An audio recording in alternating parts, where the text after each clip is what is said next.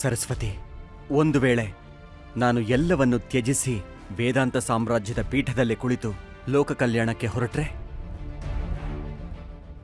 ಲೋಕ ಕಲ್ಯಾಣಕ್ಕ ನನ್ನಷ್ಟು ಸಂತೋಷ ಪಡೋ ಹೆಣ್ಣು ಈ ಪ್ರಪಂಚದಲ್ಲೇ ಯಾರೂ ಇರೋದಿಲ್ಲ. ಆಗ ನೀನು ಹೇಳ್ತಿರೋದು ನಿಜಾನ ಸರಸ್ವತಿ?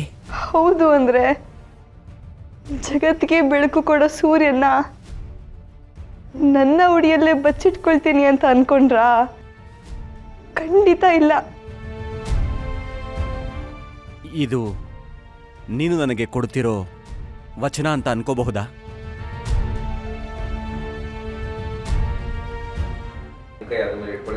ಖಂಡಿತ.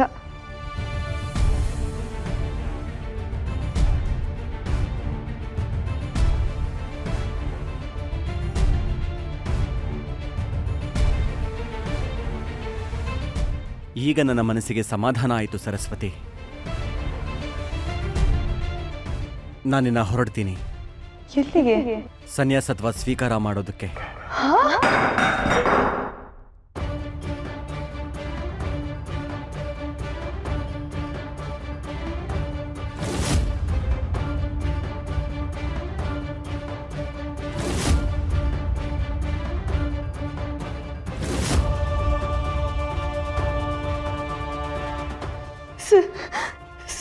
ಸನ್ಯಾಸತ್ವನ? ನೀವ್ಯಾಕೆ ಸನ್ಯಾಸತ್ವ ಸ್ವೀಕರಿಸ್ಬೇಕು? ಇದು ಪರಿಹಾಸ್ಯ ತಾನೆ? ಇಲ್ಲ ಸರಸ್ವತಿ, ಇದು ಪರಿಹಾಸ್ಯವಲ್ಲ, ಇದೇ ನಿಜವಾದ ಸತ್ಯ. ನಾನು ನಿಮ್ಮೆಲ್ಲರನ್ನು ತೊರೆದು ಸನ್ಯಾಸತ್ವ ಸ್ವೀಕರಿಸಲು ಹೊರಟಿದ್ದೇನೆ. ಜಗತ್ತಿನ ಕಲ್ಯಾಣಕ್ಕೋಸ್ಕರ ನೀನನ್ನ ಬಿಟ್ಕೊಡೋದಕ್ಕೆ ಸಿದ್ಧ ಇದೆಯಾ ಅಂತ ಕೇಳಿದ ಮೇಲೆ ನನಗೆ ಸಮಾಧಾನ ಆಗಿದೆ. ನಾನು ಹೊರಡ್ತೀನಿ. ಏನಂದ್ರೆ ದಯವಿಟ್ಟು ಹಾಗನ್ಬೇಡಿ. ನಾನು ನಿಮ್ಮನ್ನ ಬಿಟ್ಕೊಡಕ್ ಸಿದ್ಧವಿಲ್ಲ. ಬಳ್ಳಿ ಮರವನ್ನ ಅಪ್ಕೊಂಡ ಹಾಗೆ ನಾನು ನಿಮ್ಮನ್ನ ಅಪ್ಕೊಂಡಿದ್ದೀನಿ. ಹೇಗೆ ಬಿಡಿಸ್ಕೊಳ್ಳಿ? ಇಲ್ಲ ಸರಸ್ವತಿ, ನಾವಿಬ್ಬರು ಈಗ ಅಗಲುವ ಸಮಯ ಬಂದಿದೆ. ನಾನು ಪರಮಹಂಸಾಶ್ರಮವನ್ನು ಸ್ವೀಕರಿಸಬೇಕೆಂದು ಹರಿವಾಯು ಗುರುಗಳ ಅನುಗ್ರಹ ಆಗಿದೆ. ವೇದಾಂತ ಸಾಮ್ರಾಜ್ಯದ ಅಧಿಪತಿಯಾಗಬೇಕು ಅಂತ ಶ್ರೀ ಸುಧೀಂದ್ರ ತೀರ್ಥ ಗುರುಗಳಿಂದ ನನಗೆ ಆದೇಶ ಆಗಿದೆ. ಏನು ಅಂದ್ರೆ ಏನಿದೆಲ್ಲ? ಹಾಗೆಲ್ಲ ಮಾಡಬೇಡಿ. ನೀವು ನನ್ನನ್ನು ಬಿಟ್ಟು ಹೋದ್ರೆ ನನ್ನ ಗತಿ ಏನು? ನಮ್ಮ ಮಗನ ಗತಿ ಏನು? ದಯವಿಟ್ಟು ಬಿಟ್ಟು ಹೋಗಬೇಡಿ, ಹೋಗಬೇಡಿ.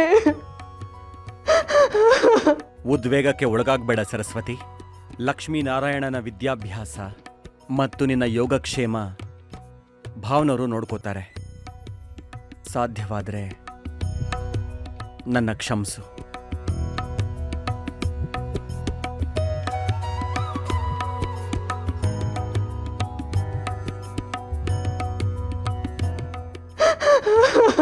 ನನ್ನನ್ನು ಕ್ಷಮಿಸು ಸರಸ್ವತಿ. ಸಾಕ್ಷಾತ್ ವಾಗ್ದೇವಿ ನನಗೆ ಕಾಣಿಸ್ಕೊಂಡು ತನ್ನ ಇಚ್ಛೆಯನ್ನು ಪೂರೈಸುವುದಾಗಿ ನನ್ನನ್ನು ಕೇಳಿಕೊಂಡಿದ್ದಾಳೆ. ನಾನು ಅವಳಿಗೆ ಆಶ್ರಯ ನೀಡುವುದಾಗಿ ಮಾತು ಕೊಟ್ಟಿದ್ದೇನೆ.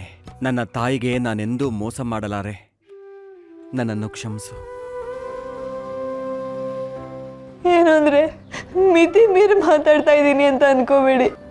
ನೀವು ನಿಮ್ಮ ತಾಯಿಗೆ ದ್ರೋಹ ಇಸ್ಕೋದಿಲ್ಲ. ಇದರಲ್ಲಿ ನಿಮ್ಮ ಬದ್ಧತೆಯನ್ನು ತೋರಿಸ್ತಾ ಇದ್ದೀರಾ. ಆದರೆ ನೀವು ನಿಮ್ಮ ಪತ್ನಿಗೆ ದ್ರೋಹ ಎಸಗ್ಬೋದೆ? ಪತ್ನಿ ಕೂಡ ಮತ್ತೊಬ್ಬ ತಾಯಿನೇ ಅಲ್ವೇ? ಸರಸ್ವತಿ, ಸಂಸಾರ ಬೇರೆ, ಅಧ್ಯಾತ್ಮ ಬೇರೆ. ಎಲ್ಲವನ್ನೂ ಒಂದೇ ತಕ್ಕಡಿಯಲ್ಲಿ ತೂಗೋಕೆ ಸಾಧ್ಯವಿಲ್ಲ. ತಾಯಿಯ ಬೇರೆ, ಪತ್ನಿಯ ಬೇರೆ. ನನ್ನನ್ನು ಒತ್ತಾಯಿಸಬೇಡ. ಆದ್ರೆ ತಾಯಿಯ ಒತ್ತಡಕ್ಕೆ ನೀವು ಮಣಿದಿದ್ದೀರಲ್ಲ.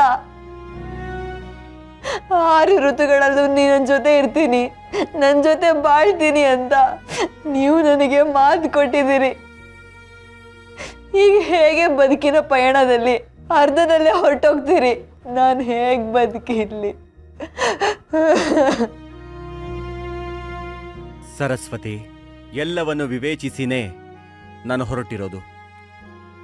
ಗೃಹಸ್ಥಾಶ್ರಮದ ಎಲ್ಲ ಕರ್ತವ್ಯವನ್ನು ನಾನು ಪೂರೈಸಿದ್ದೇನೆ. ಯಾವ ಋಣಬಾಧ್ಯತೆಗಳೂ ನನಗೆ ಇಲ್ಲ. ಇಡೀ ಲೋಕವೇ ಮೆಚ್ಚುವಂಥ ಕಾರ್ಯಕ್ಕೆ ನಾನು ಅಣಿಯಾಗಿದ್ದೇನೆ. ಈ ಕಾರ್ಯವನ್ನು ನಾನು ಗೃಹಸ್ಥಾಶ್ರಮದಲ್ಲಿ ಇದ್ದುಕೊಂಡು ಮಾಡಲು ಸಾಧ್ಯವಿಲ್ಲ. ಹಾಗಾಗಿ ನಾನು ಸರ್ವಸಂಗ ಪರಿತ್ಯಾಗಿ ಆಗ್ತಾ ಇದ್ದೀನಿ. ಏನು ಅಂದ್ರೆ ನಿಮ್ ಕೈ ಮುಗಿದು ಕೇಳ್ಕೊಳ್ತೀನಿ. ನಿಮ್ಮ ಈ ಮಾತುಗಳನ್ನ ನನ್ನ ಕಣ್ಣನ್ನು ನೋಡ್ಕೊಂಡು ಹೇಳಿ. ಆಗ್ಲೂ ನಿಮ್ ನಿರ್ಧಾರ ಹಾಗೆ ಉಳಿಯುತ್ತಾ? ನೋಡಿ ಸ್ವಾಮಿ, ಈ ಕಣ್ಗಳನ್ನ ಒಂದ್ಸಲ ನೋಡಿ. ಇಲ್ಲ ಸರಸ್ವತಿ, ನನ್ನಿಂದ ಸಾಧ್ಯವಿಲ್ಲ. ನಿನ್ನ ಕಣ್ಣುಗಳನ್ನು ನೋಡಲು ನನ್ನಿಂದ ಸಾಧ್ಯವಿಲ್ಲ.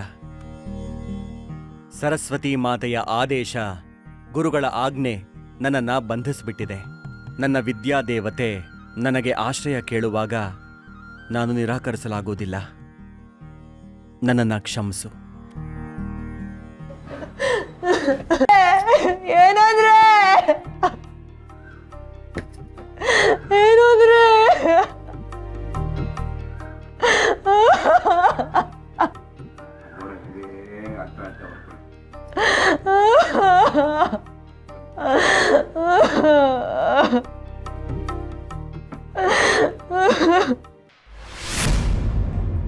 ಅಲ್ಲ ವೆಂಕಟನಾಥ, ಗುರುಗಳು ಹೇಳಿದ ಮಾತಿಗೆಲ್ಲ ಒಳ್ಳೆ ಕೋಲೆ ಬಸವನಾಗಿ ತಲೆ ಆಡಿಸ್ತಿಯಲ್ಲ. ಅವ್ರಿಗಂತೂ ವಯಸ್ಸಾಗಿದೆ, ನಿನಗಾದ್ರೂ ಸ್ವಲ್ಪ ಬುದ್ಧಿ ಬೇಡವೆ? ನೀನು ಮಹಾಪಂಡಿತ, ತುಂಬ ಓದ್ಕೊಂಡವನು, ಬಂಗಾರದಂಥ ಹೆಂಡತಿ, ಮುತ್ತಿನಂಥ ಮಗ, ಅವರಿಬ್ಬರು ನಿನ್ನ ಮೇಲೆ ಪ್ರಾಣನೇ ಇಟ್ಕೊಂಡಿದ್ದಾರೆ. ಅವ್ರಿಗೆ ಮೋಸ ಮಾಡೋದಕ್ಕೆ ನಿನಗೆ ಹೇಗಾದರೂ ಮನಸ್ಸು ಬರುತ್ತೆ ಹೇಳು? ಹೆಂಡತಿ ಮಕ್ಕಳಿಗೆ ಮೋಸ ಮಾಡು ಅಂತ ಯಾವ ವೇದ ಧರ್ಮಶಾಸ್ತ್ರಗಳಲ್ಲಿ ಹೇಳಿದೆ? ಜೀವಕ್ಕಿಂತ ಹೆಚ್ಚಾಗಿ ಪ್ರೀತಿಸ್ತಾ ಇರೋ ನಿನ್ನ ಹೆಂಡತಿ ಜೀವ ಸಹಿತ ಉಳಿತಾಳ ಹೇಳು? ಆಕೆ ಏನಾದರೂ ಹೆಚ್ಚು ಕಡಿಮೆ ಮಾಡಿಕೊಂಡ್ರೆ ನಿನ್ನ ಮಗನ ಗತಿ ಏನು? ನೀನು ಬದುಕಿದ್ದು ಅವನು ತಬಲೆ ಆಗ್ಬೇಕಾ? ಸಂಸಾರದ ಸಂಕಟಗಳು ನಿನ್ನ ಕಾಡೋದಿಲ್ವಾ? ಇಷ್ಟೆಲ್ಲ ಘೋರಗಳಿಗೆ ನೀನು ಸಾಕ್ಷಿಯಾಗಿ ಪೀಠದ ಮೇಲೆ ಹೋಗಿ ಕೂತ್ಕೊಂಡ್ರೆ ಅಲ್ಲಿಗಾದ್ರೂ ಬದ್ಧತೆಯಿಂದ ಇರೋಕ್ಕಾಗತ್ತಾ? ಆ ಕಡೆ ಸಂಸಾರಕ್ಕೂ ಮೋಸ ಮಾಡಿ, ಈ ಕಡೆ ಸನ್ಯಾಸಕ್ಕೂ ಮೋಸ ಮಾಡಿ, ಆತ್ಮವಂಚನೆ ಮಾಡಿಕೊಂಡು ಅಧಿಕಾರ ನಡೆಸೋದು ಯಾವ ಪುರುಷಾರ್ಥಕ್ಕೆ ವೆಂಕಟನಾಥ? ಈಗಲೂ ಕಾಲ ಮೀರಿಲ್ಲ. ಕೋಪದಲ್ಲಿ ಕುಯ್ದುಕೊಂಡ ಮೂಗು ಪುನಃ ವಾಪಸ್ ಬರೋದಿಲ್ಲ. ಯೋಚನೆ ಮಾಡು. ಈ ಪೀಠದಲ್ಲಿ ಹಣ ಇರ್ಬೋದು, ಅಧಿಕಾರ ಇರ್ಬೋದು, ಸುಖದ ವೈಭೋಗ, ಪಲ್ಲಕ್ಕಿಯ ಮೆರವಣಿಗೆ, ರಾಜ ಮರ್ಯಾದೆ ಎಲ್ಲ ಇರ್ಬೋದು. ಆದರೆ ಸಂಸಾರದ ತೃಪ್ತಿ ಇರೋದಿಲ್ಲ ವೆಂಕಟನಾಥ. ನಿನಗೆ ಜೀವನದ ಸಾರ್ಥಕತೆ ಇರೋದಿಲ್ಲ ವೆಂಕಟನಾಥ. ನಾನು ಹೇಳೋದನ್ನ ಸ್ವಲ್ಪ ಕೇಳು. ನೀನು ಬೆಂಕಿಯ ಬಲೆಯಲ್ಲಿ ಹೋಗಿ ಬೀಳ್ತಾ ಇದೆಯಾ? ಬೀಳ್ಬೇಡ.